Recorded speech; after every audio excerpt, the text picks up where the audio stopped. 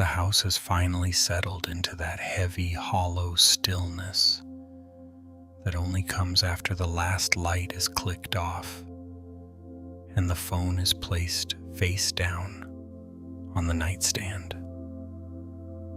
The blue glow of the screen has faded. The little vibrations, the pings, and the tiny urgent demands of the day have all retreated. Everything is quiet. On the surface, there is nothing left to do. There are no more replies to send, no more errands to run, and no more faces to meet. But even as your eyes close, the mind stays awake. It is still moving, it is busy, even in the dark. You might find yourself lying there staring at the soft shadows on the ceiling, and suddenly you are already rehearsing. You are walking through the conversations of tomorrow before they have even begun. You are anticipating the slight, tight pull of a coworker's frown. You are tensing for the quiet, disappointed sigh of a friend. You are preparing for the moment someone realizes you weren't as available as they hoped, or that you didn't quite meet the silent expectation they carried.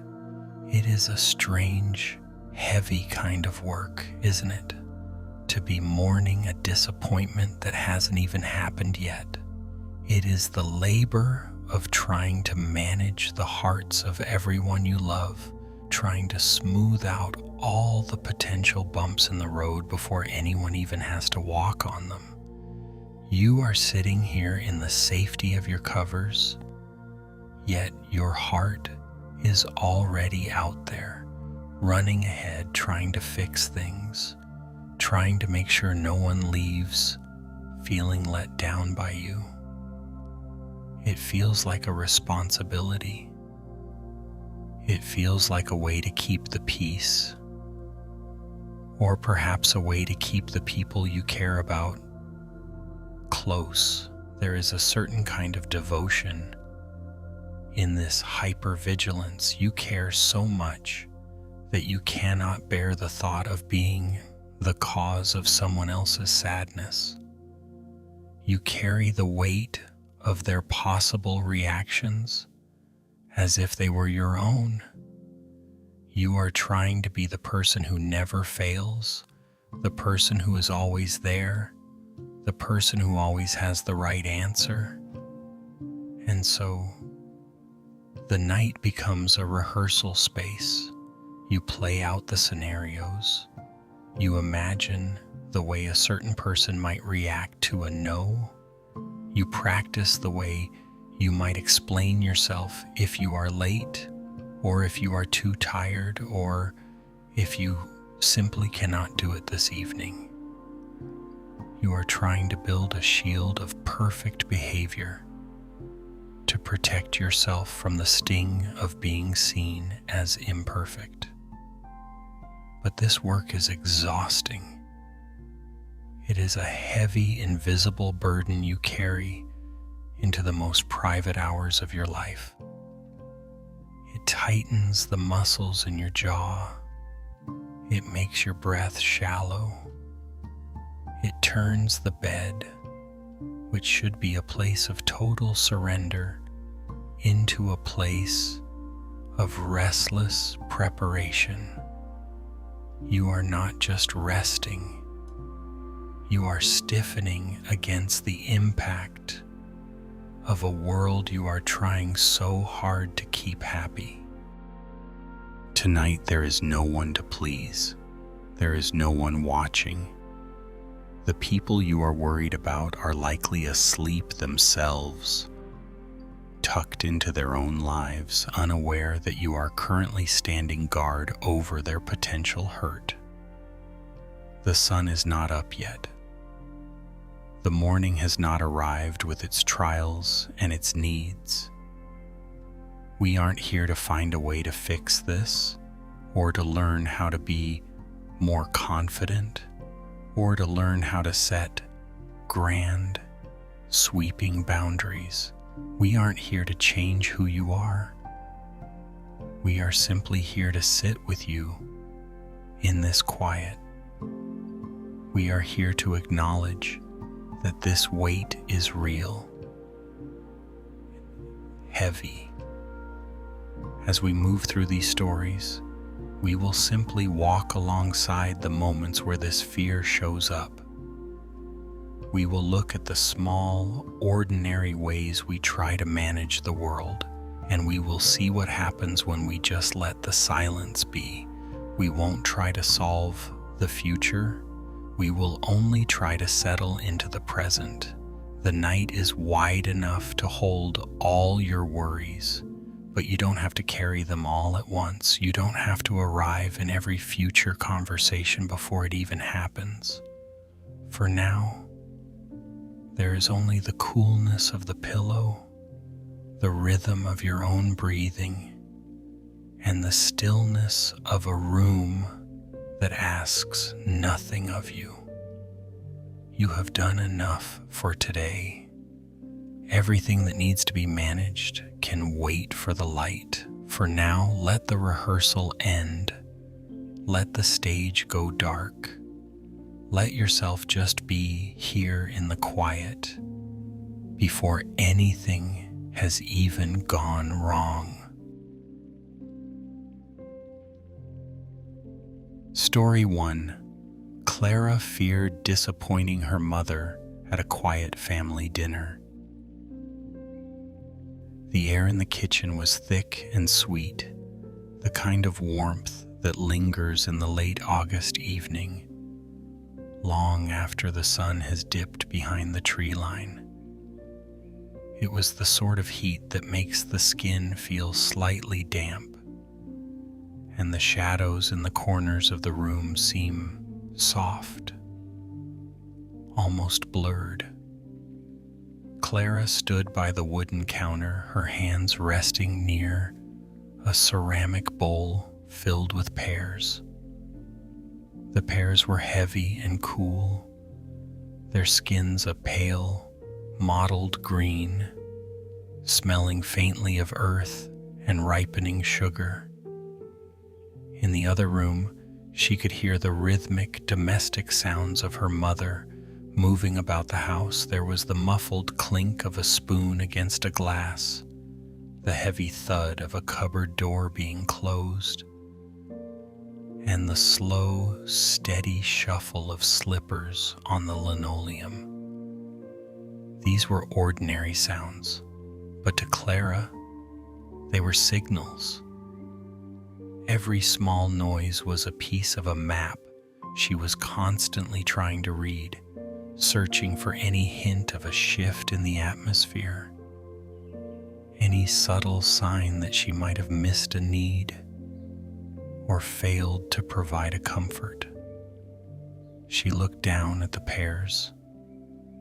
She had spent the afternoon polishing them, ensuring each one was spotless, part of a small, quiet effort to make the evening feel special, or at least to make it feel seamless. She wanted the dinner to be a place of no friction. She wanted the transition from the heat of the day to the coolness of the evening to be perfectly managed, so her mother could simply exist in a state of ease.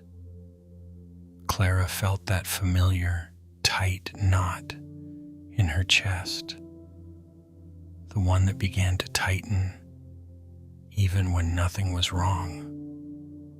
It was the anticipation. She wasn't reacting to a criticism or a complaint. She was bracing for the possibility of one. She was already imagining the slight downward pull of her mother's lips if the tea was a degree too cool, or the way the silence might stretch a little too long if Clara didn't find the right pleasant topic of conversation.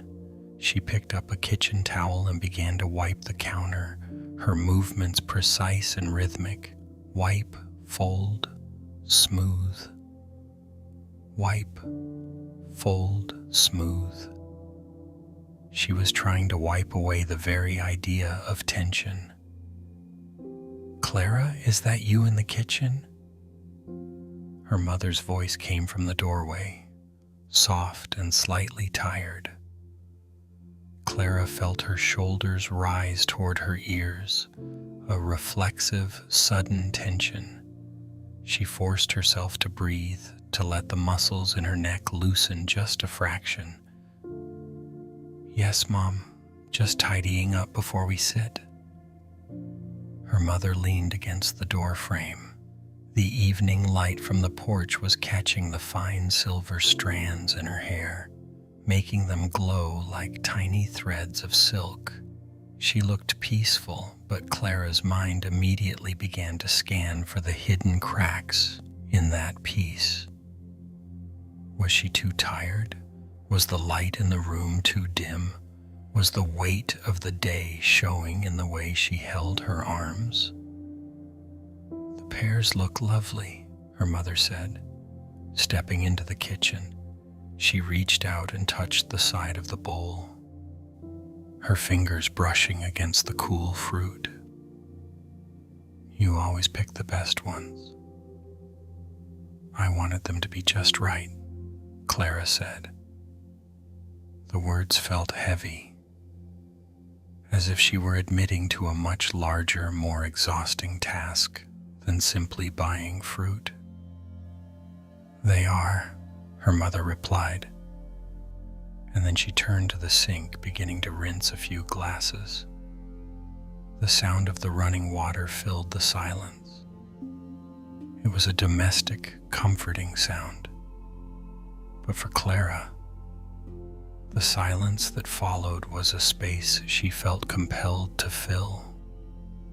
She felt the urge to check the oven, to adjust the napkins, to ask her mother if she wanted more water, to ensure that every single element of the room was performing its part in the grand design of a perfect evening.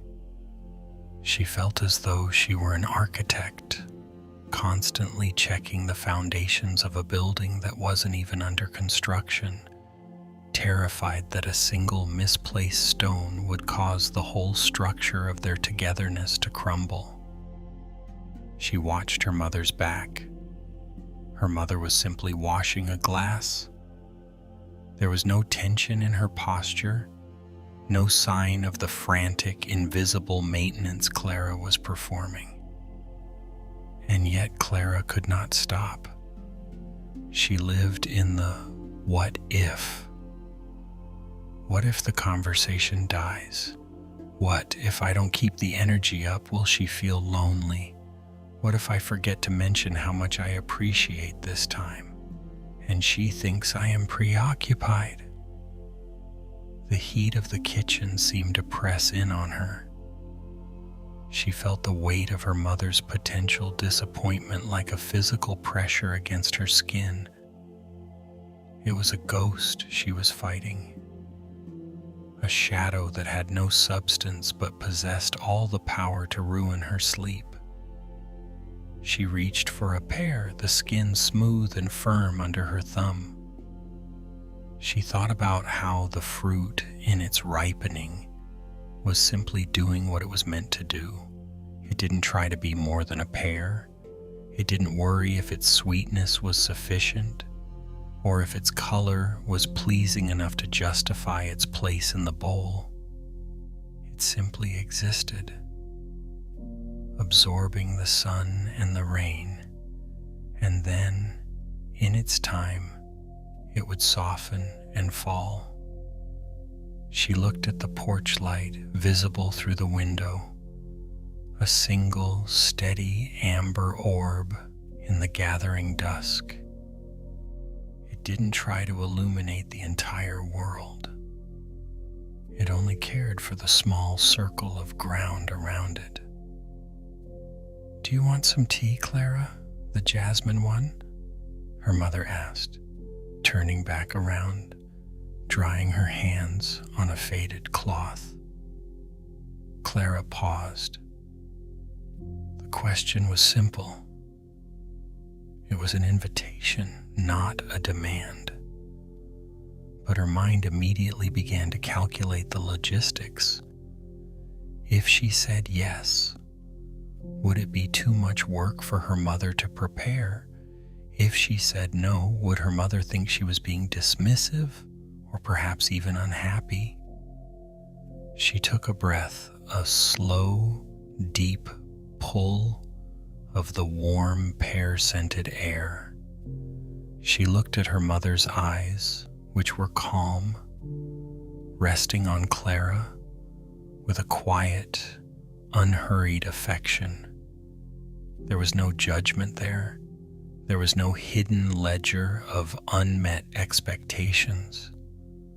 There was only the present moment, the cooling kitchen, and the shared space between them. "Yes, please," Clara said. Her voice was steady. "The jasmine sounds wonderful." As her mother turned to head toward the stove, Clara didn't immediately move to check the napkins or the silverware.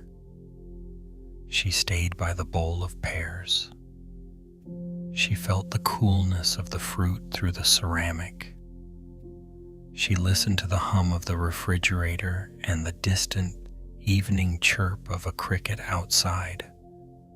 She realized, with a small trembling sort of clarity, that the silence between them wasn't a void that needed to be repaired. It was a container. It was a place where they could both just be, without the need for constant, frantic repair. The pears were fine. The tea would be fine.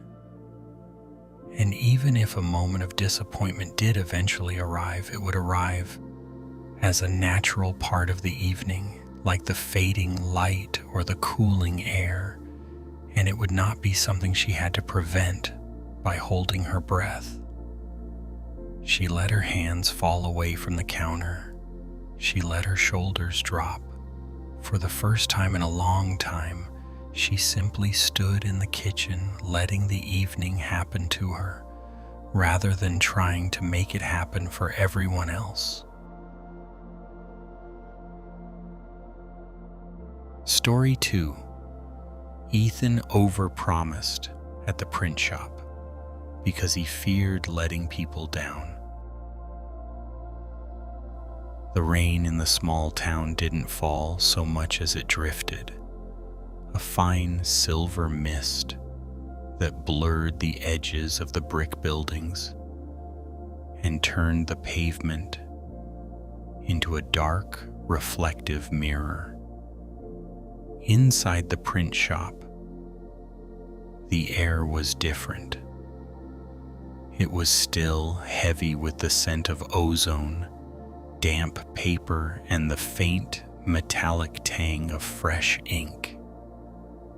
This was the hour before the bell above the door began to chime, the hour when the shop belonged only to Ethan and the low mechanical hum of the machines.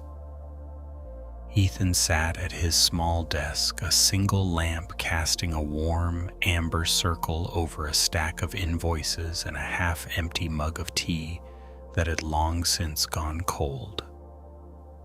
The shop was nearly dark, save for the soft, blinking lights on the large, industrial copier in the corner.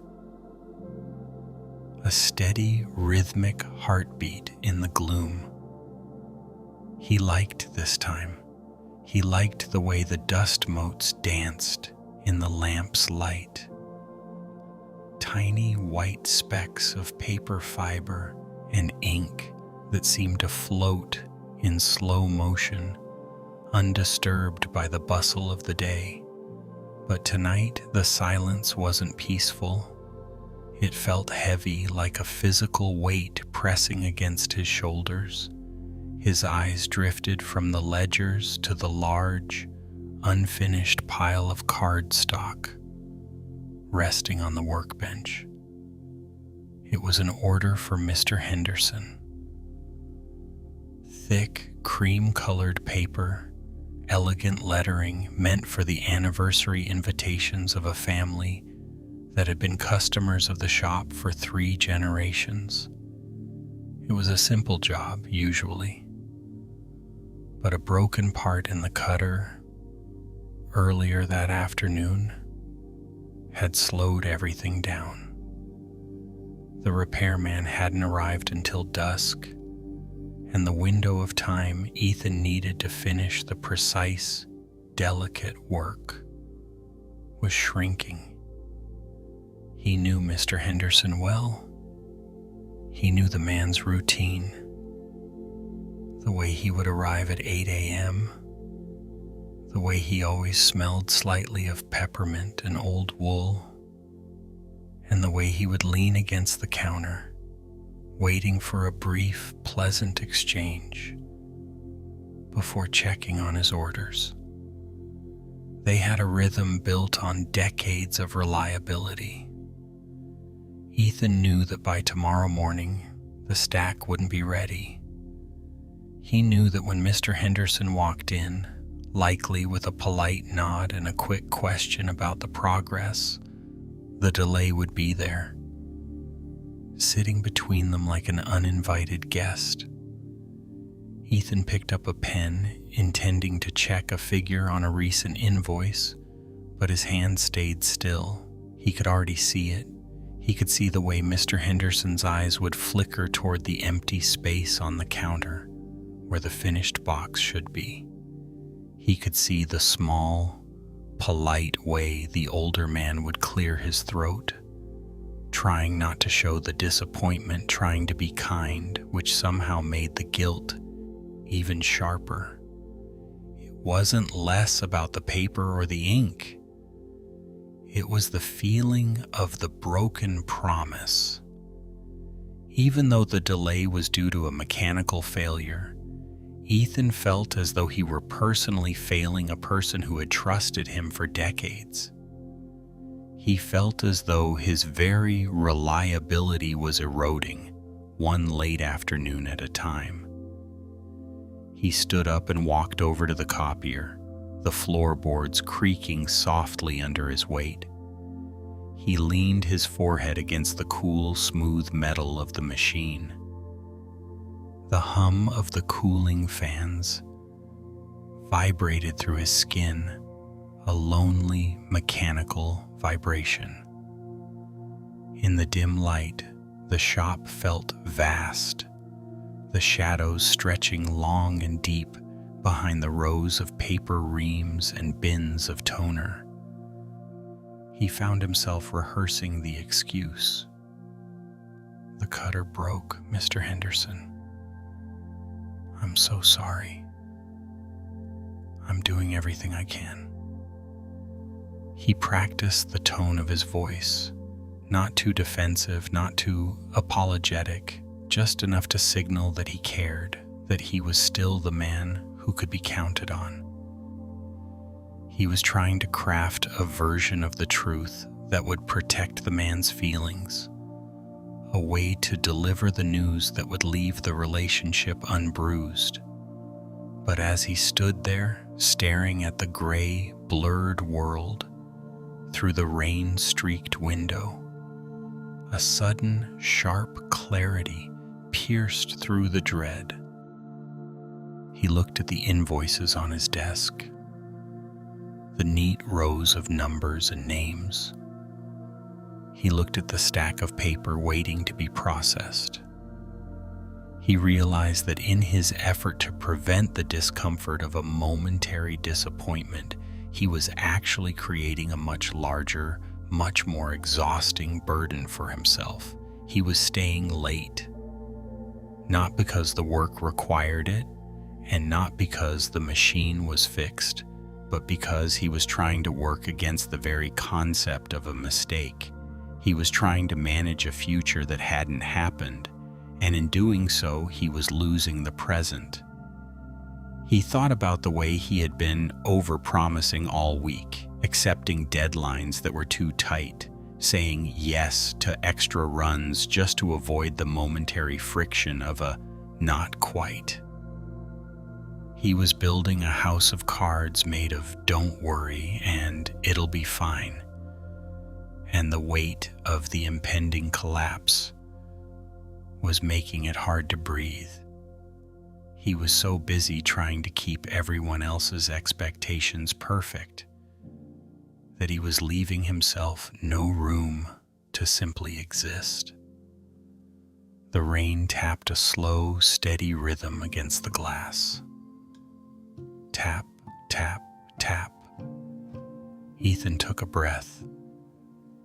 It was a small, shaky thing, but it was a start. He looked at the unfinished pile of cream-colored cardstock. It wasn't a disaster, it was just paper. It was just a delay. He walked back to his desk and sat down. He didn't pick up the pen to rewrite the excuse. Instead, he picked up a small, handheld stapler and began to organize the completed scraps from the day's earlier work. He focused on the tactile sensation, the weight of the metal, the click of the mechanism, the way the staples disappeared into the paper.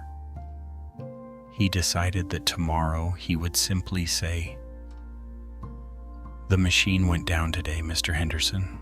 I'm working through it, but it will be ready by Wednesday instead of Tuesday. I wanted to let you know as soon as I could." No elaborate apologies, no frantic explanations, just the truth, delivered with the same quiet respect he had always given the man. The knot in his chest didn't vanish, but it loosened just enough to allow a slightly deeper breath.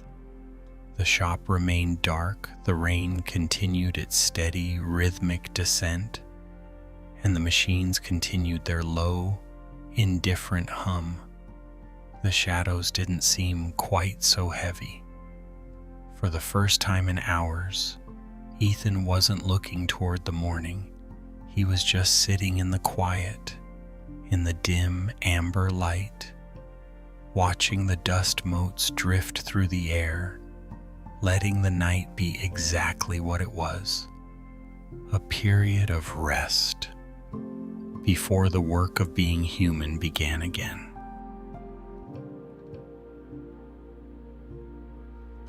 Story 3. Nora felt guilty for skipping a family visit to rest. The bus ride home was always the longest part of Nora's Saturday. It was the time when the city lights began to blur into long, golden streaks against the damp glass of the window, and the interior of the bus felt like a small, suspended world, separate from everything else. The rhythmic vibration of the engine beneath her feet was a steady, numbing pulse. But her mind was far from the quiet hum of the passengers around her. She sat near the back, her hands wrapped around the handles of a canvas tote bag. Inside, the weight of the heavy, cold oranges she had bought at the corner market pressed against her hip. She could smell the faint, sharp scent of citrus through the fabric, a small, bright reminder of the errand she had just completed. Beside them, a crumpled grocery list sat at the bottom of the bag, its edges softened by the humidity of the afternoon. As the bus lurched around a wide turn, Nora's thoughts drifted, as they always did, to the phone in her pocket. She knew that if she reached for it, there would be messages. There would be a text from her sister asking if she was still coming by, or a missed call from her mother perhaps just checking in, but carrying that unspoken expectation of presence. The guilt had begun hours ago, in the middle of a quiet afternoon in her own apartment while she was simply sitting by the window, watching the light change on the floorboards. The decision to stay home, to not join the family for the usual Saturday afternoon visit, had felt like a small necessary theft. She had wanted nothing more than the silence of her own company, the ability to let the kettle whistle and the afternoon drift, without the need to perform, to listen, or to be on. But even as she sat there, surrounded by the strangers of the evening commute, she felt as though she were performing an absence. She felt the void where her presence should have been. She could almost see the empty chair at the kitchen table, the way the conversation might have dipped for a second when they realized she wasn't coming. The tiny, microscopic flicker of disappointment in her brother's eyes. She closed her eyes, but the images remained. She saw her mother's face, not angry, never angry, but perhaps a little more tired, a little more lonely, because Nora hadn't been there to share the tea. She imagined the subtle shift in the family dynamic, a slight fraying of the closeness they all worked so hard to maintain. To Nora, her absence felt like a hairline fracture in a much larger structure. The bus hissed to a stop at a red light, and the sudden silence in the cabin felt heavy. In that stillness, the dread grew. It was evidently about a grand betrayal. It was about the accumulation of these small, quiet letdowns. She felt as though she were constantly negotiating a debt, trying to pay back the expectation of her availability with every visit, every phone call, every shared meal. And tonight, the debt felt unpaid. She leaned her head against the cool pane of the window. The glass was damp with condensation, and the chill of it seeped into her temple. She thought about the apartment waiting for her, the quiet, the unwashed mug on the coaster, the stillness of the hallway. It was exactly what she had asked for. She had fought for this afternoon of solitude. And yet the victory felt hollow, poisoned by the feeling that she had failed a duty. A woman sitting across the aisle shifted her weight. The rustle of a heavy coat, loud in the quiet bus. Nora watched the way the streetlights flickered over the woman's tired features. She wondered if anyone else carried this, if anyone else felt this strange, aching responsibility to be the glue that held the scattered pieces of their people together. The bus pulled into her stop. The doors folded open with a mechanical sigh, letting in a gust of night air that smelled of wet asphalt and distant exhaust. Nora stood, her movements slow and heavy. She hoisted the tote bag, the oranges shifting inside, a dull thud against the bottom of the bag. The walk to her building was short, through a neighborhood that was settling into its own version of sleep.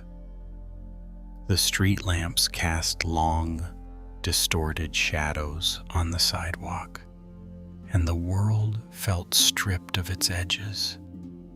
By the time she reached her door, the weight of the day and the weight of the people she had left behind felt like a physical pressure on her chest.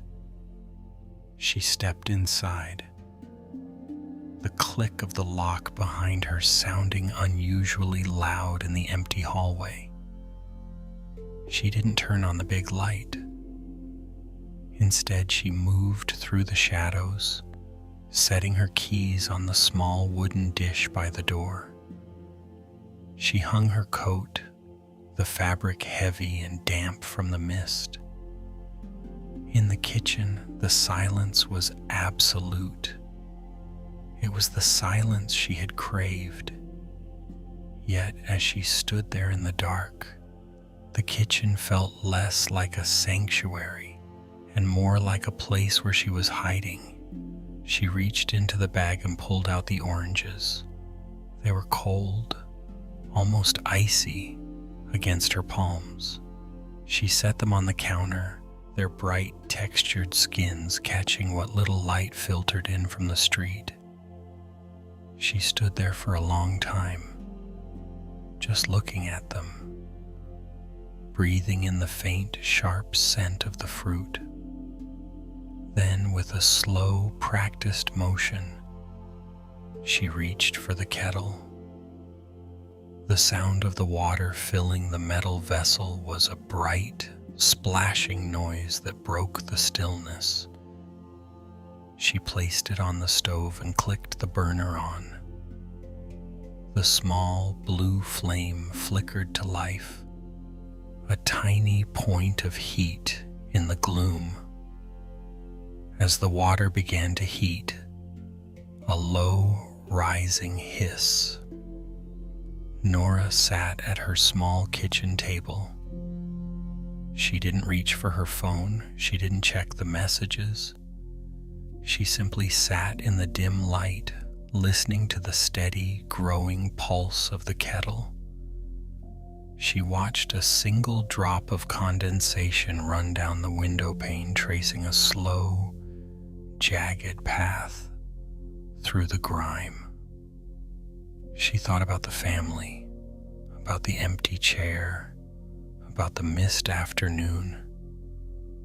But for the first time in hours, she tried to look at the space itself, rather than the person who was missing from it. She realized that the chair was still there, the table was still solid. The love that had brought them together for so many Saturdays did not vanish because she had chosen to sit in her own silence. The structure of their lives was not made of glass.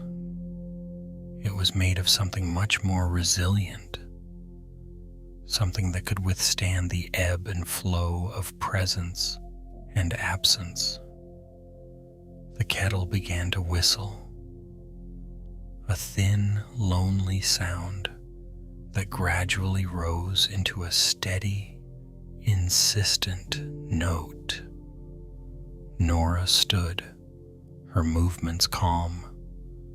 She poured the water, the steam rising in a white plume, clouding the air around her face.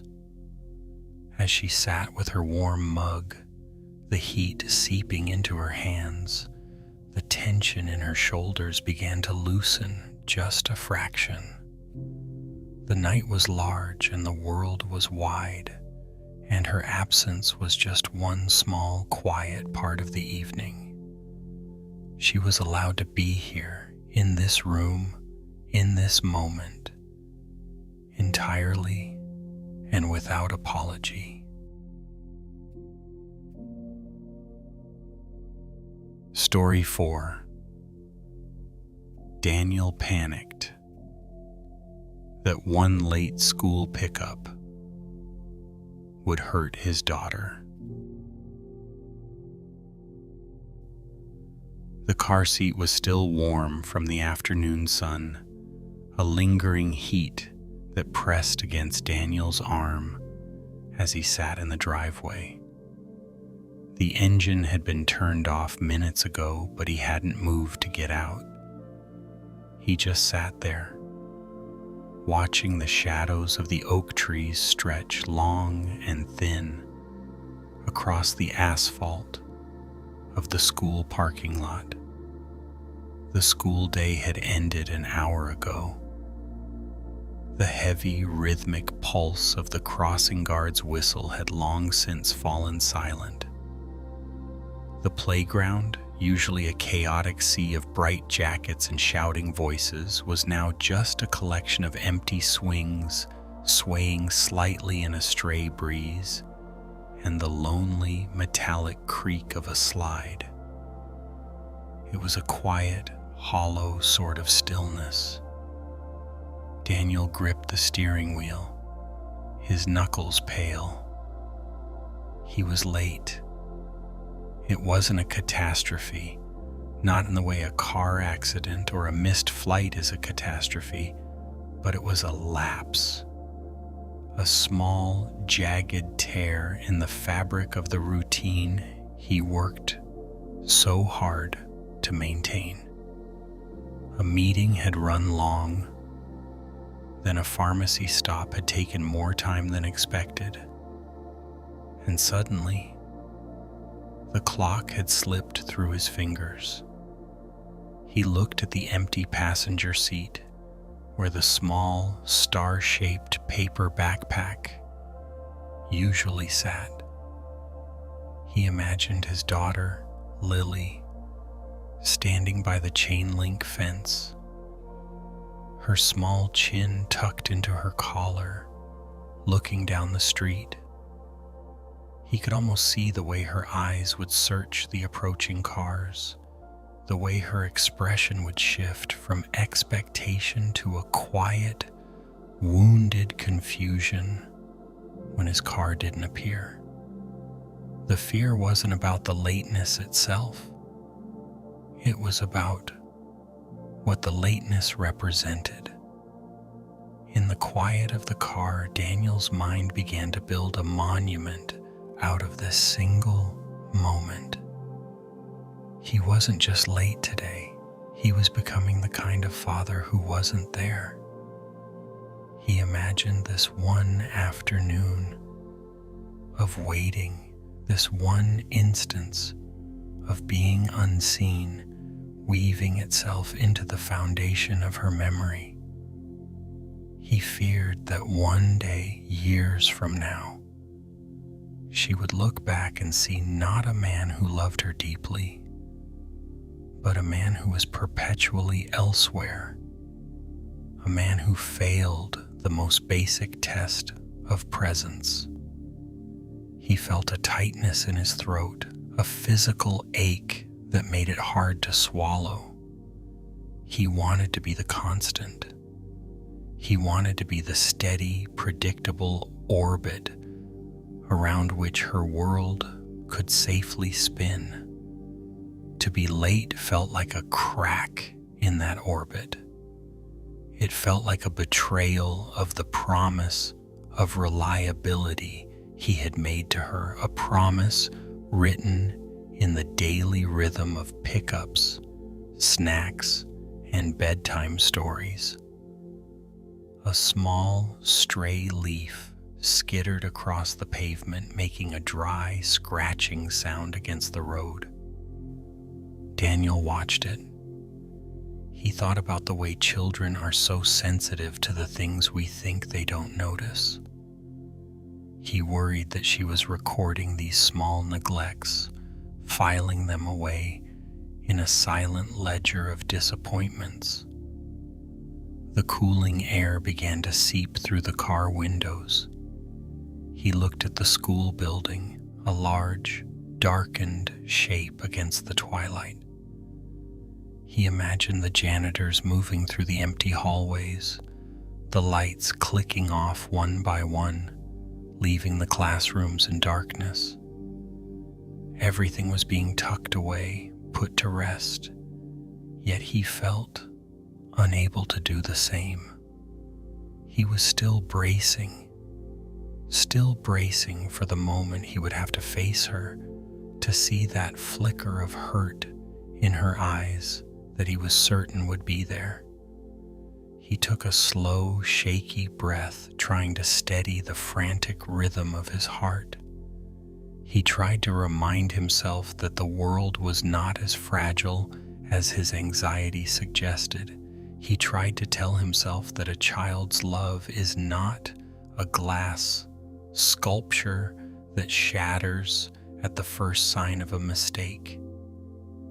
But the thoughts were heavy, and they were loud in the silence of the car. Finally, he reached for the door handle. The metal was cool against his palm. He stepped out into the evening air, the gravel crunching loudly under his shoes. The street lamps hummed as they flickered to life, casting a pale, artificial glow over the empty playground. He began to walk toward the school gate, his pace quickening with each step. He was moving through the shadow of his own dread, walking toward a confrontation that hadn't even happened yet. He was already rehearsing the apology, the explanation, the desperate attempt to smooth over the perceived wound. As he approached the fence, he saw a small figure sitting on the low concrete wall near the gate. It was Lily. She wasn't crying, she wasn't even looking at the street. She was focused intently on a small, discarded piece of bright blue construction paper she had found on the ground, turning it over in her hands, studying the way the light hit the jagged edges.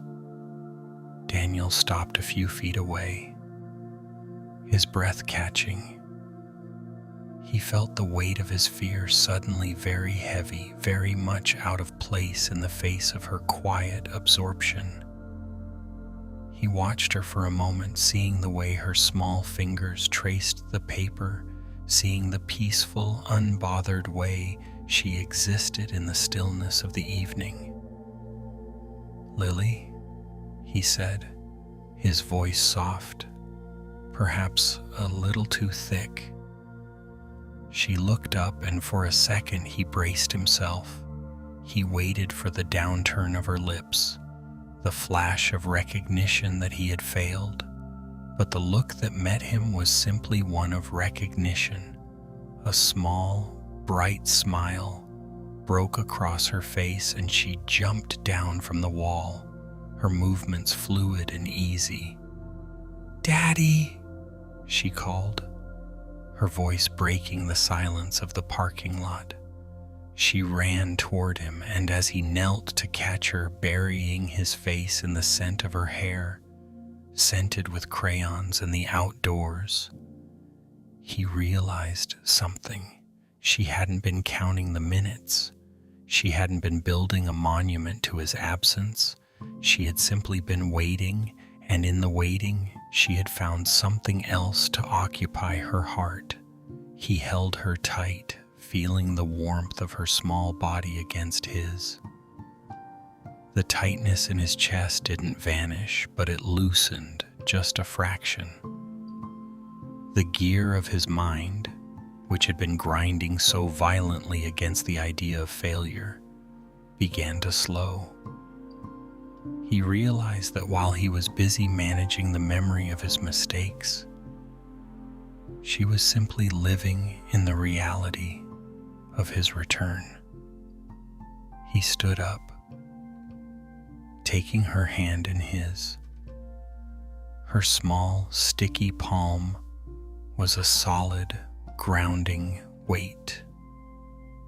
As they walked toward the car, the playground behind them remained dark and empty, the swings still swaying in their lonely, rhythmic dance. The lateness was still there, a fact of the day, but the catastrophe had not arrived. The world had not broken. The light was still turning to dusk, and the stars were beginning to stir behind the thin veil of the evening clouds, indifferent to the small, corrected wobbles of a human heart. There is a strange, heavy rhythm to these moments, Whether it is the cooling pears in Clara's kitchen, the humming printers in Ethan's shop, the weight of oranges in Nora's bag, or the quiet waiting by a school fence, a familiar pattern begins to emerge. It is a pattern that lives in the muscles of the neck and the tightness of the chest. It is the way the body begins to brace itself for a blow that hasn't landed. We often think of anxiety as a reaction to something that has already happened, a mistake made, a word spoken, a promise broken. But there is another kind of weight, much more subtle, that arrives in the stillness before the event. It is the exhausting work of rehearsing disappointment. It is the mental labor of walking through 1,000 different versions of a conversation, trying to find the one path where no one feels let down, where no one feels the sting of an unmet expectation. We sit in the dark and we begin to manage the feelings of people who are miles away or asleep in another room, or perhaps even unaware that we are struggling. We try to arrange the future so that everyone remains comfortable, so that every relationship stays perfectly intact and undisturbed by the friction of reality. If we look closely at this tension, we might see something else hiding underneath the dread. This frantic, preemptive care is often just a misplaced form of love. We carry this heavy, unasked for responsibility because we deeply value the people in our lives. We fear their disappointment because we do not want to be the cause of their sadness. We want to be the person who is always reliable, always present, always enough. The fear is simply our heart trying with far too much effort to protect the bonds we hold dear. It is a way of trying to keep the world soft, but in trying to shield everyone else from the small, natural weather of life, we end up creating a storm inside ourselves. We become the architects of our own unrest, building elaborate structures of worry to prevent a collapse that may never come. As the night grows deeper, let us look at these stories not as lessons to be learned, but as mirrors to be set aside. There is no need to solve these moments tonight. There is no need to fix the past or negotiate the future. There is only the breath and the slow, steady cooling of the air. Let the need to manage the world begin to soften just a little into the quiet.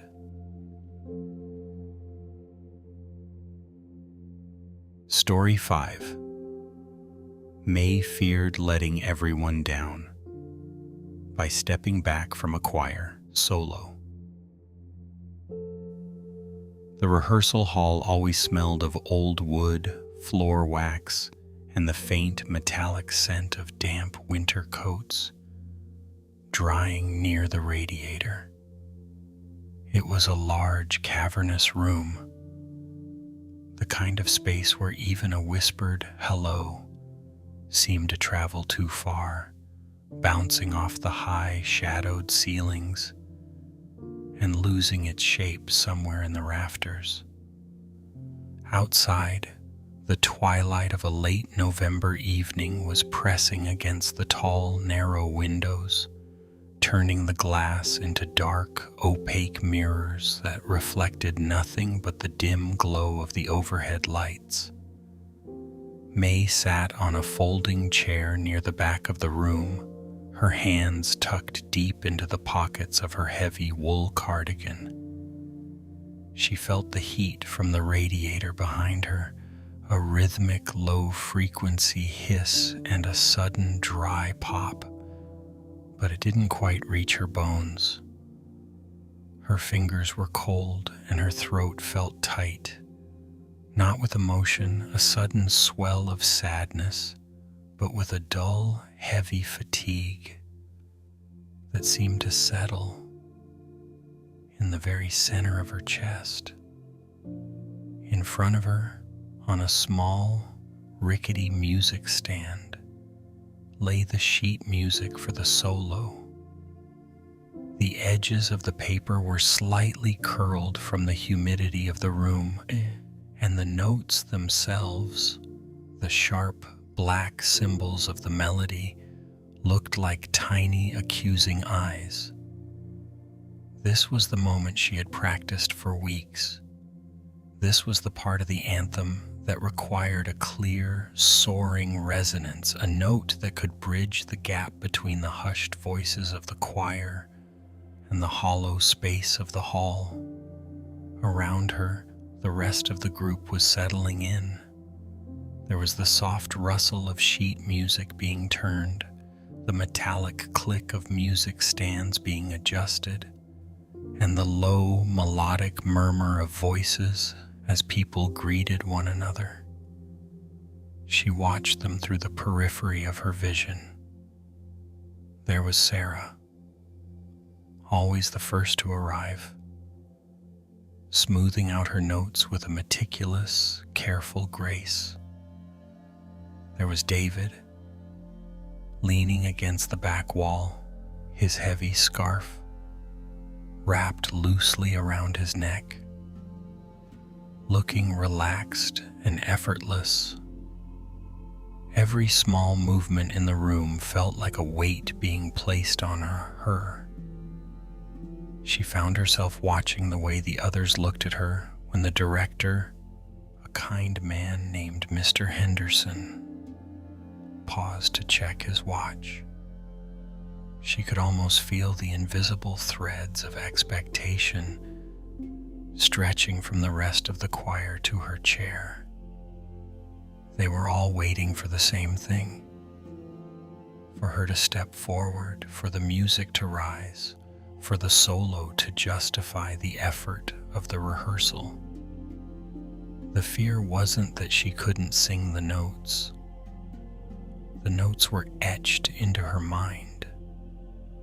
The fear was the sudden, terrifying realization that she didn't have the breath to carry them.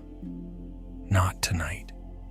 Not with this heaviness in her limbs and this hollow, exhausted ache behind her eyes. She picked up a paper cup of lukewarm tea, the liquid inside a pale, translucent amber. The warmth was barely perceptible against her chilled palms. As she sipped, the bitter, leafy taste sat heavy on her tongue, mirroring the stagnation she felt within herself.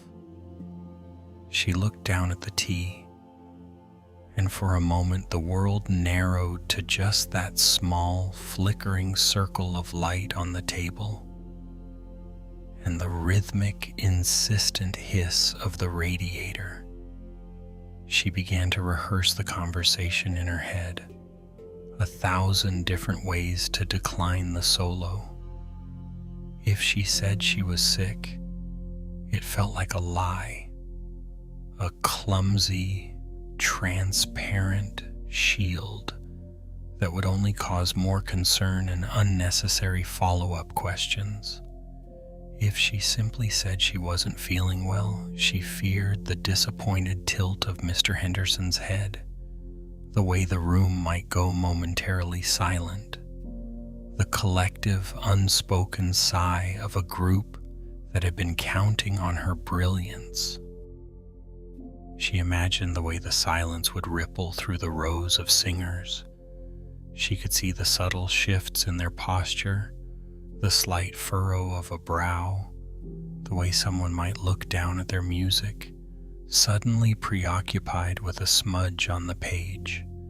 She felt as though her exhaustion was a contagion, something that, if admitted, would disrupt the carefully maintained harmony of the group. To step back felt like to break something precious. The lights in the hall flickered once, a brief stutter in the electrical current, and the room plunged into a deeper, more uncertain shadow. In that momentary lapse of light, the weight of the responsibility felt even more physical, like a heavy, damp cloak draped over her shoulders. She felt the urge to simply stand up, tuck her music under her arm, and walk out into the cold, dark evening, leaving the empty chair as a silent testament to her failure. She watched a small piece of lint drift downward from her scarf, dancing through a shaft of light before landing on the dark wood of the floor. It was so small, so insignificant, yet it moved with such a complete lack of effort. It didn't try to be anything other than what it was, drifting wherever the air pushed it. A hand touched her shoulder, light and hesitant. It was Sarah. "You're very quiet tonight, May," Sarah whispered, her voice barely audible over the radiator's hiss. She didn't look away, but her eyes held a gentle, searching quality. May felt the familiar, reflexive impulse to smile, to offer a reassuring nod, to say, "I'm fine, just a little tired." It was the practiced mask, the one she wore to ensure the machinery of the group continued to turn without friction, but the words caught in her throat, thick and unyielding. She looked at the sheet music again. The notes were still there, demanding to be sung. But as she looked at them, she realized that if she sang them tonight, the sound would be hollow. The melody would be stripped of its warmth, replaced by a strained, brittle imitation of strength. She would be giving them the notes, but she would be withholding the music. "I don't think I can do the solo tonight, Sarah," May said. The words were small, almost lost in the vastness of the hall, but they were spoken with a sudden, startling clarity. The silence that followed was not the heavy, judging silence she had been dreading. It was just a pause, a moment for the air to settle. Sarah didn't gasp. She didn't frown. She simply nodded, a slow, understanding movement, and then reached out to adjust the music stand near May's chair as if to help tidy the space. "That's all right," Sarah said softly. "The rest of us can carry the melody for a while." As Mr. Henderson called the room to order, the rehearsal began. The voices rose, a steady, rhythmic pulse of sound that filled the hall. May sat in the back, her hands still tucked into her pockets, listening. She wasn't leading the song, but she was part of it. She was part of the texture, the quiet, foundational hum that supported the higher notes. The fear hadn't vanished entirely. It still lingered in the periphery, a shadow in the corners of the room, but it had lost its sharpness. The world had not collapsed. The harmony had not broken. The room was still warm, the radiator was still hissing, and the music continued, moving forward, indifferent to her absence from the center. She let her breath slow, matching the steady, unhurried cadence of the choir, and for the first time in weeks, she simply allowed herself to be present in the quiet. Story 6. Jonah felt cruel, saying not tonight to customers at closing time. The fluorescent lights overhead had a specific tired hum, a low-frequency vibration that seemed to settle into the very marrow of Jonah's bones by the time the clock hit 5.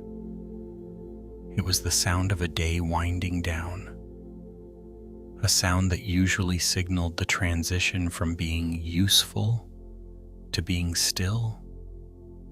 But tonight, the hum felt heavier, more insistent, as if the light itself was bracing for the end of the shift. The hardware store was a labyrinth of organized shadows. As the sun dipped below the horizon, the tall aisles of boxed fasteners, rolls of heavy twine, and stacks of terracotta pots began to blur into singular dark shapes. The air in the shop was thick and familiar, a dry, comforting scent of cedar sawdust, galled metal, and the faint, dusty smell of old cardboard. It was an honest smell, the scent of things that were built to last. Yet tonight, Jonah felt anything but durable. He stood behind the high wooden counter, his hands resting on the worn surface where decades of transactions had left their smooth, dark patina. He had already begun the closing ritual. The heavy metal gate at the front entrance was partially drawn. The register had been reconciled. The stray bits of scrap wood and metal shavings had been swept into a neat pile near the back. He was almost ready to turn the key, to step out into the cool evening air and leave the responsibility of the shop behind for a few hours. Then the bell above the door chimed. It was a small, bright sound, but in the quiet of the closing hour, it felt like a sudden, sharp intrusion. Jonah felt a familiar flutter low in his stomach, followed by that quickening in his pulse that had nothing to do with exhaustion and everything to do with the dread of what that bell might bring. It was Mr. Henderson. He was an older man, a regular, who lived in the small house 3 streets over, a man whose garden was a testament to patience and steady care. He stepped into the light of the shop, his movements slow and deliberate, clutching a small, rusted metal part in his hand. "Just a quick thing, Jonah," Mr. Henderson said, his voice soft, carrying the gentle weight of someone who didn't want to be a burden. "I can't seem to get this latch to catch on the shed. I thought maybe you had a replacement, or perhaps some of that heavy-duty grease." Jonah looked at the part. He looked at the clock. He looked at the heavy, dark aisles behind him, where the shadows were waiting to be shut in. He knew exactly where the grease was. He knew exactly which latch would work. But he also knew that if he started this, if he helped Mr. Henderson find the right solution, the process would ripple outward. There would be the search through the back stock, the testing of the part, the small talk about the weather and the season, and then, inevitably, the realization that the work would push his closing time well into the evening. And more than the time, it was the feeling of the refusal that sat heavy in his throat. To say, "I'm sorry, Mr. Henderson, we're closing now," felt to Jonah like a personal failure. It felt like a crack in the foundation of his character. He imagined the man's face, not a face of anger, but a face of quiet, disappointed resignation. He imagined the man walking back out into the dark, feeling as though the one place that was always reliable had, for one moment, become unreliable. "Let me take a look," Jonah said, his voice betraying none of the strain cooling his fingertips. He stepped out from behind the counter, the sawdust crunching softly under his boots.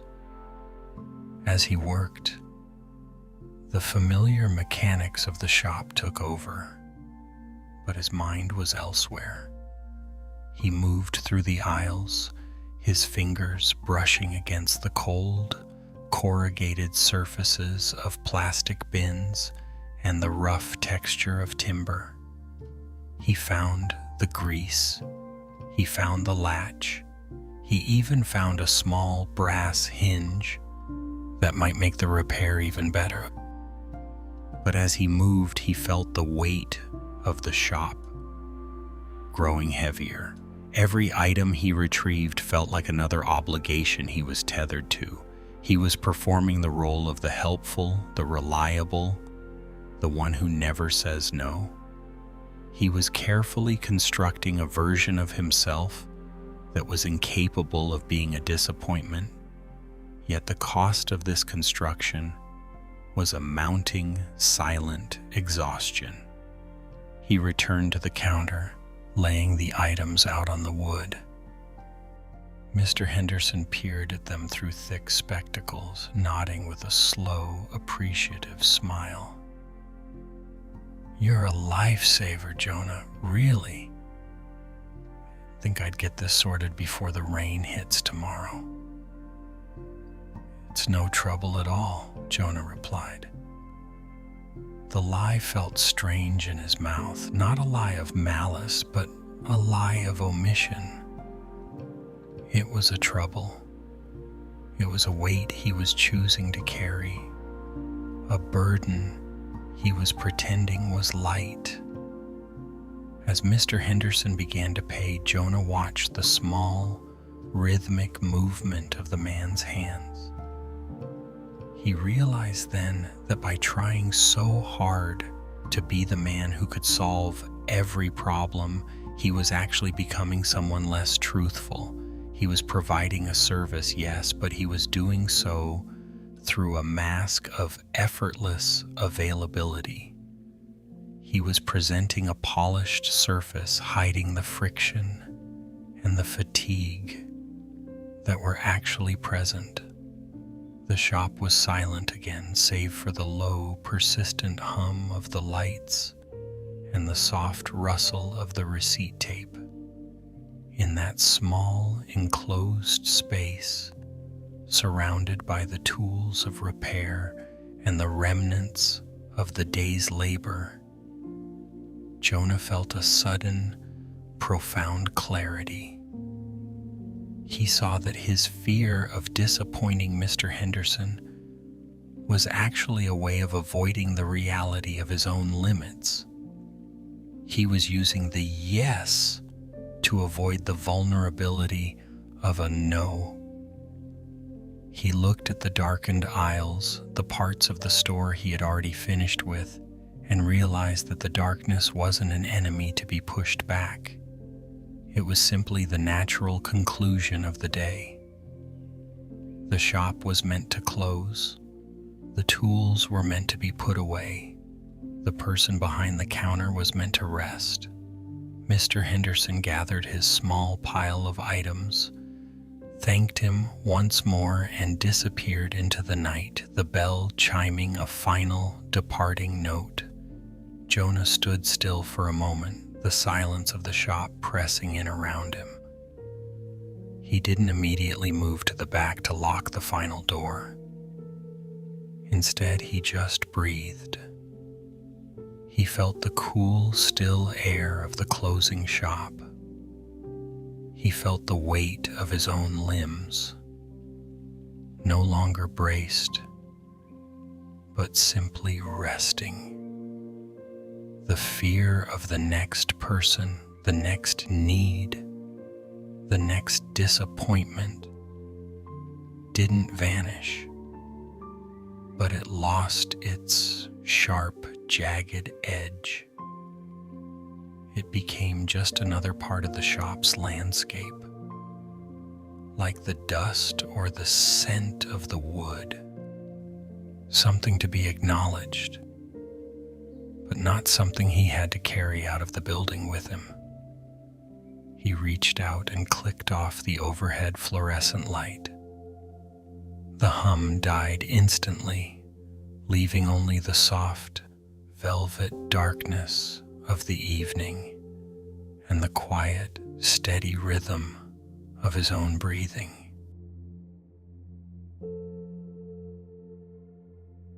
Story 7. Elise feared disappointing an old friend by declining a wedding invitation. The kitchen table was the only bright spot in the house, a small, warm island of light surrounded by the deepening shadows of the evening.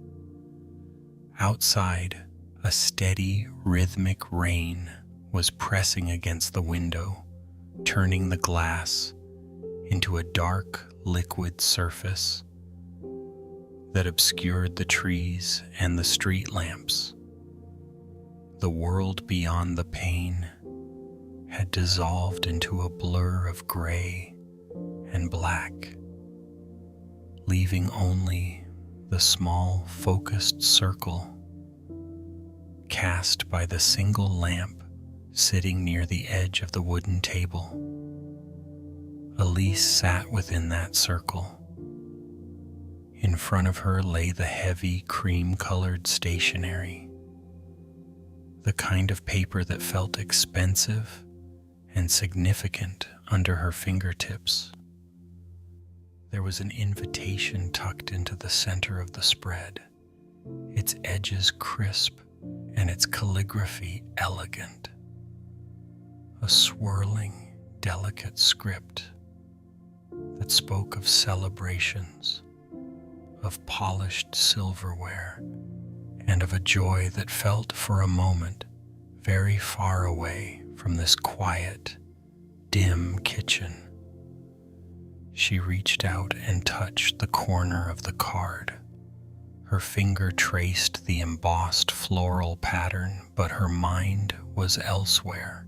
Her mind was in a ledger of numbers she had reviewed 3 times already that afternoon.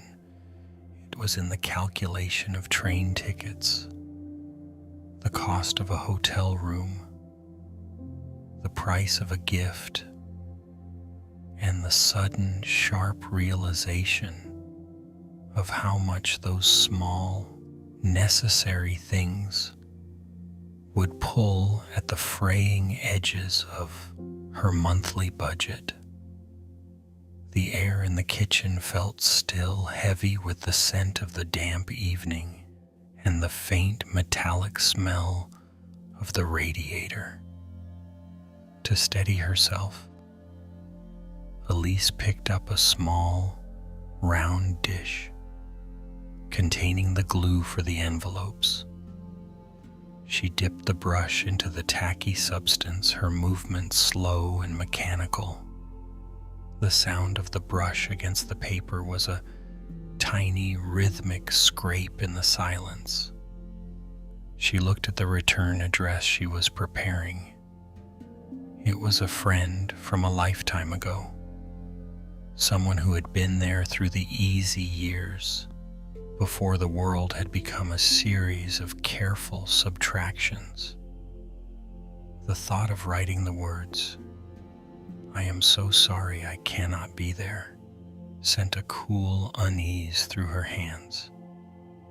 She could almost see the reaction in the friend's eyes, the small, polite flicker of letdown, the subtle shift in tone during their next phone call, the way the invitation might feel like a closed door rather than a shared moment.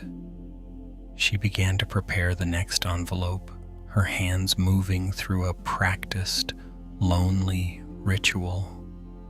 She smoothed the damp adhesive across the flap, the skin of her fingertips feeling slightly tacky. Every time she pressed the paper down, she felt as though she were sealing a mistake. Her eyes drifted to the edge of the table, where a stack of small, colorful tabs marked her travel itinerary and various monthly bills. She flicked one with her fingernail. The sound was sharp and sudden.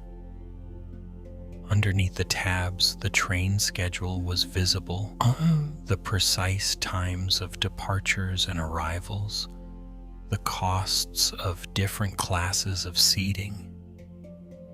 She had looked at these schedules for hours, searching for a way to make the math work, looking for a loophole in the cost of a weekend away. But the numbers were stubborn. They did not bend to her desire to be the friend who shows up, the friend who is always there, the friend who never lets the practicalities of life interfere with the beauty of a milestone. The rain intensified, a sudden drumming against the roof that made the house feel smaller, more enclosed.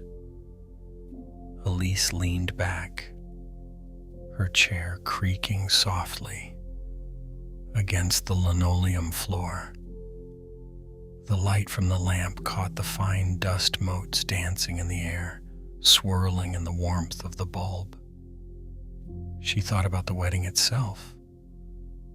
The smell of lilies, the sound of laughter, the sight of her friend in white, surrounded by the people who had all managed to navigate the distance and the expense. She felt a sudden sharp pang of envy, not for the celebration, but for the ease of it, for the ability to simply say yes without a mental audit following the word. She looked down at her hands. They were pale in the lamplight, looking small and somewhat tired. She realized she had been holding her breath, a shallow, careful breathing that kept her lungs from fully expanding. Her neck felt stiff, and the backs of her hands were cold, as if she were preparing for the very disappointment she was trying to avoid. She picked up the pen again. The ink was dark and heavy. She stared at the blank space on the inner note of the card. The fear was so vivid, the imagined heavy silence on the other end of a conversation, the fear that her absence would be read as a lack of affection, a sign that the friendship had grown cold. But then her gaze drifted to the window. A single drop of rain was trailing down the glass, carving a slow, jagged path through the condensation. It moved with no urgency, following the natural, uneven contours of the pane, eventually merging with another drop and accelerating toward the bottom. It didn't struggle against the glass. It simply moved with the gravity of the moment. Elise let out a long, shaky exhale. The sound was the only thing in the quiet kitchen. She looked at the invitation again, not as a demand she had failed to meet, but as a beautiful object that belonged to someone else's joy. She thought about the friendship itself, the late night texts, the shared grief of years past, the way they could sit in silence for an hour and feel completely understood. That connection lived in the history they shared, not in the presence of her body at a banquet. The math was still there, the budget was still tight, the train tickets were still expensive, but the crushing necessity of the yes began to loosen just a fraction. She realized that by trying so hard to protect the friend from the tiny sting of her absence, she was actually poisoning her own ability to be a friend at all. She was turning a gesture of love into a transaction of debt and dread. With a slow, deliberate movement, Elise dipped the pen into the ink. She didn't try to find a way to make the no sound like something else. She didn't try to invent an elaborate excuse about work or health that would feel like a lie. She simply began to write. The words were plain, honest, and soft. She wrote about the warmth of their memories and the deep regret that the timing and the circumstances wouldn't allow her to be there. She focused on the sincerity of the sentiment, letting the ink flow into the fibers of the paper. As she worked, the tightness in her chest began to ebb, replaced by a hollow but peaceful stillness. The task was no longer about managing a reaction. It was simply about stating a truth. When she finished, she pressed the final envelope shut. The adhesive was cool and smooth. She sat in the circle of light, watching the rain continue its steady, unhurried descent against the dark. The house was quiet, the kitchen was dim, and for the first time in hours, the air felt easy to breathe. The disappointment might come, but it was no longer something she had to carry before the sun had even risen. It was simply a part of the weather, and like the rain outside, it would eventually pass.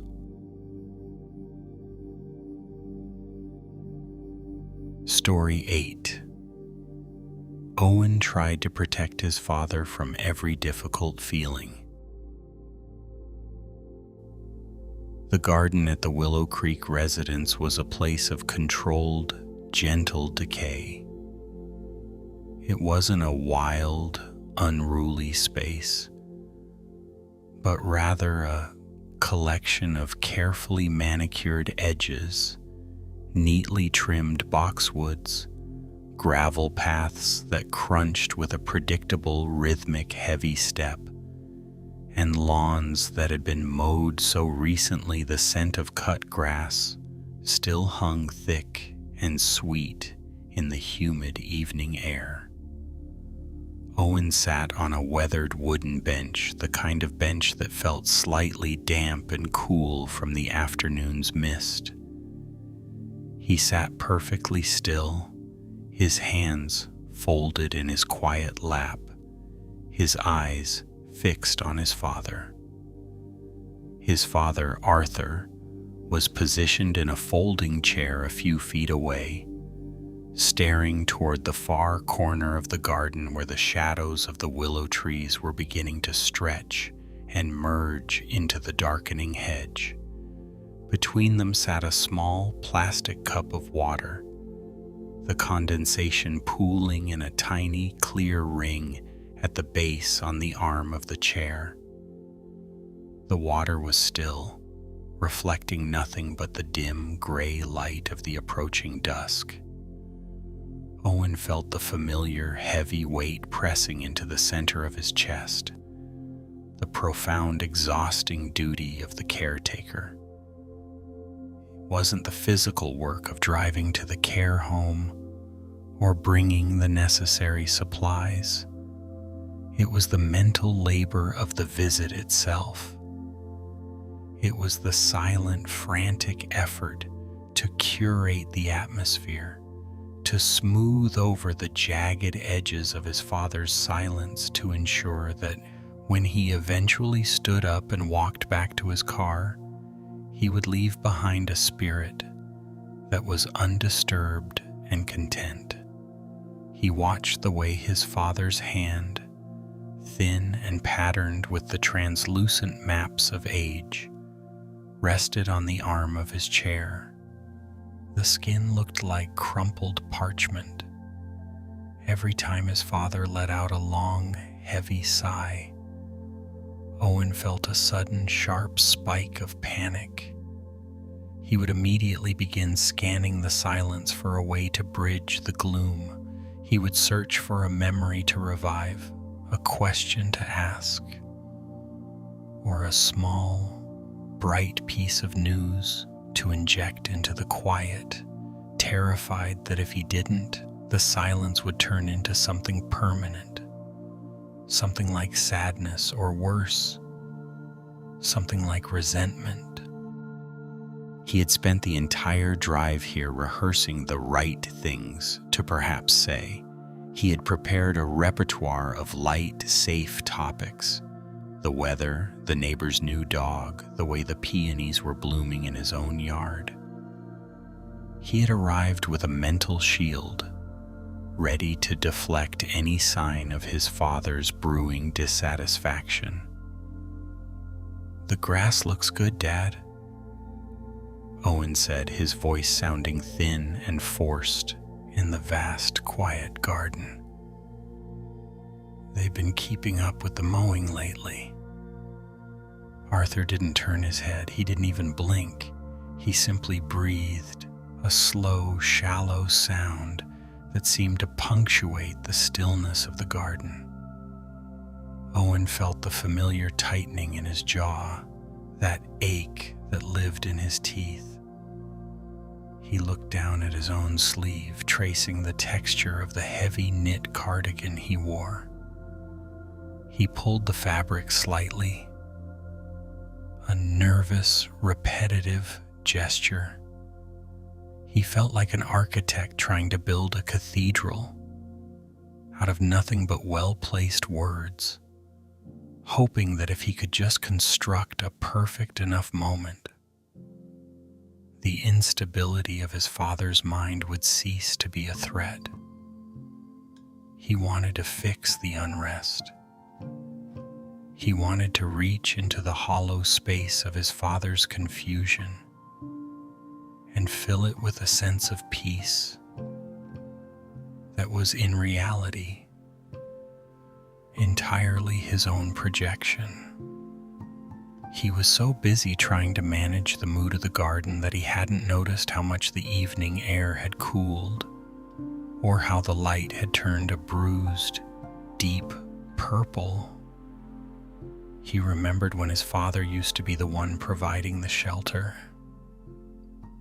the man who could sit through a thunderstorm on the porch without needing to explain it. Now Owen was the one trying to build a roof over a storm that was already inside the room. He watched a single leaf, detached from the willow, drift slowly downward. It tumbled through the air, caught in a slight, unseen draft, before landing silently on the gravel path. In that moment, a sudden, quiet thought pierced through the fog of his anxiety. He looked at his father, really looked at him. He saw the deep lines of a lifetime of weather, the stubborn set of the jaw, the way the man simply existed within the shadows, unbothered by the lack of conversation or the encroaching dark. His father wasn't waiting for a performance. He wasn't holding a grudge against the silence. He was simply being. Owen felt the tension in his shoulders begin to ebb, a slow, painful loosening of a knot he had been pulling tight for years. He realized that his frantic efforts to soothe were not actually for his father's benefit. They were a way to protect himself from the discomfort of witnessing a sorrow he couldn't repair. He was trying to use his love as a tool for erasure, attempting to wipe away the difficult parts of his father's reality so that he wouldn't have to carry the weight of them. He looked back at the plastic cup of water. The surface was no longer perfectly still. A tiny ripple had formed, perhaps from a passing insect or a shift in the wind. The ripple moved outward, expanding, losing its shape, until the water was once again calm, yet fundamentally changed by the movement. He didn't ask a new question. He didn't try to bridge the gap with a bright, artificial memory. Instead, he simply sat. He let the weight of the evening settle around them both. He allowed the silence to be heavy and allowed it to be unmanaged. For the first time in many visits, Owen didn't feel the need to arrive at a happy ending before the visit had even reached its midpoint. He sat in the presence of his father's unpredictable spirit, acknowledging that some storms cannot be diverted, and some shadows are simply a part of the landscape. As the last of the light faded, leaving only the silhouettes of the trees against a darkening sky, Owen found that he could breathe. The garden was still quiet, the grass was still damp, and his father was still silent. But the crushing need to fix it had finally, quietly begun to dissolve.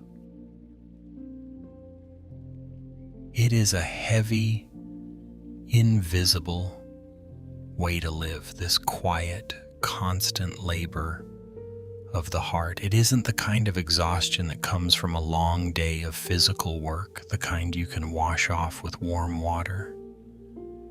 It is a deeper, more hollow fatigue. It is the tiredness that comes from the tireless, unseen effort of trying to hold everyone else's weather steady. It is the habit of standing in the middle of a gathering, trying to hold a dozen different umbrellas over a dozen different people, only to realize that your own shoulders are soaked through, your arms are shaking, and you are left shivering in the dark, alone with the dampness. Think of how much energy you spend in these hours, in the stillness of your room, simply waiting for a storm that hasn't even arrived.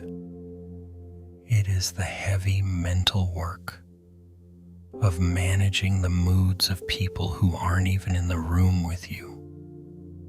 It is the long, silent rehearsal of apologies for things you haven't even done yet.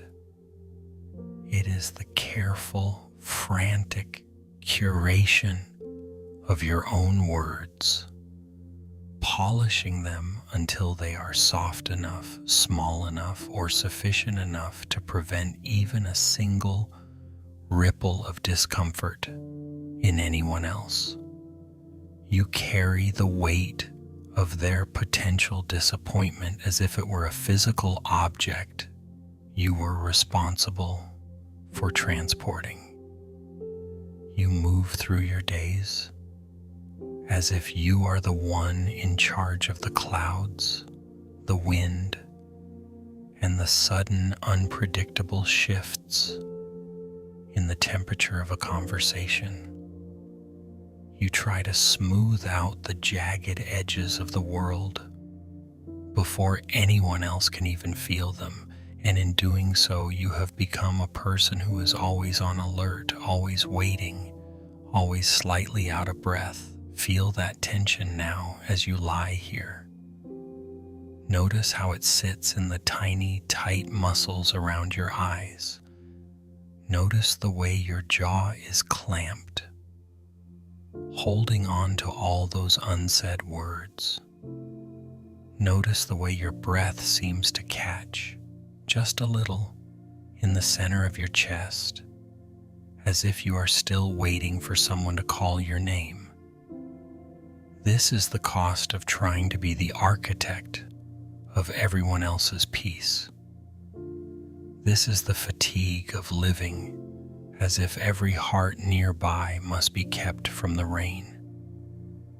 But as the night deepens and the house grows truly still, there is a possibility of a different way. It isn't a way of being cold or indifferent. It isn't about letting people down on purpose or turning away from those you love. It is simply the realization that you are not the sky. You cannot control the weather of another person's soul. The clouds will come for them just as they come for everyone. There will be moments of sadness, moments of frustration, and moments of quiet dissatisfaction that no amount of your careful planning can ever truly erase. And that is okay. Their disappointment is a part of their own journey, a part of their own human landscape.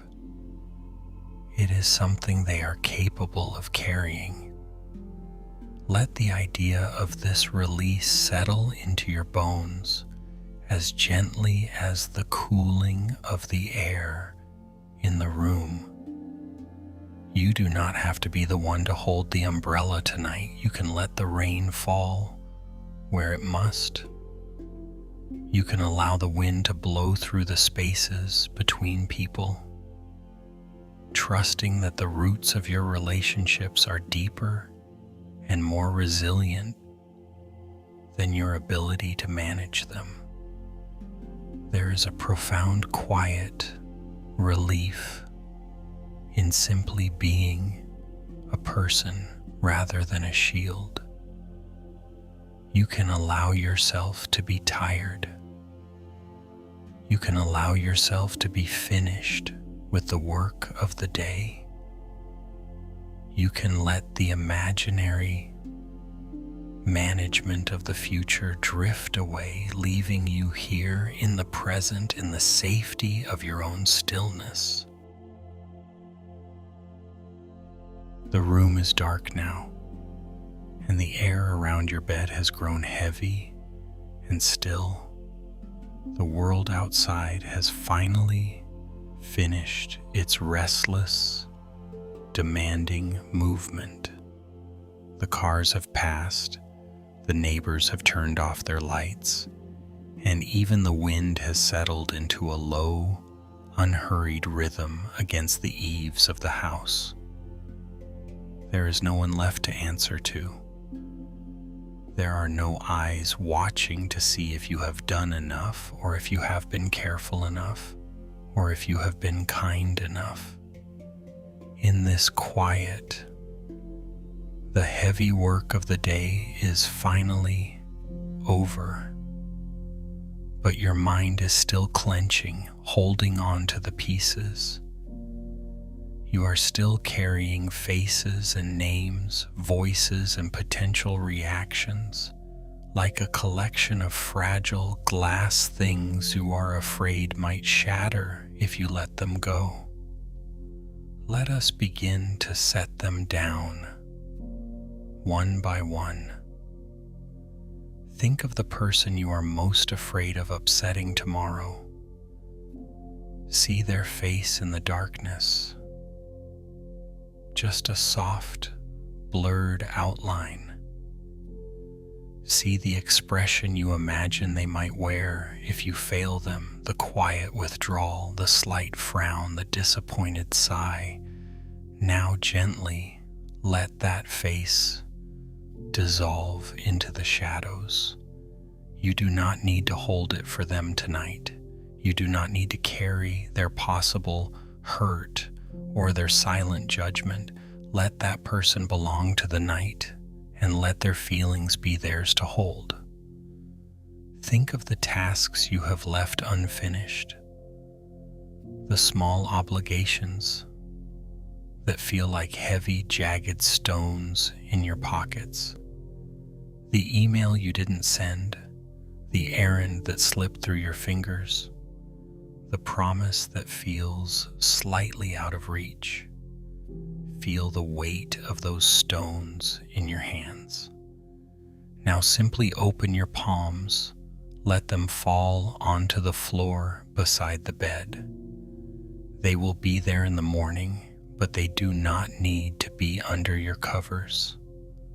They do not need to be part of your rest. Think of the words you are already rehearsing, the apologies you are preparing for things that haven't even happened yet, the careful, defensive sentences you are building, word by word, to protect yourself from a misunderstanding. Hear the sound of those words, the clicking, the tension, the frantic, looping energy of them. Now let the sound fade. Let the silence of the room swallow the sentences.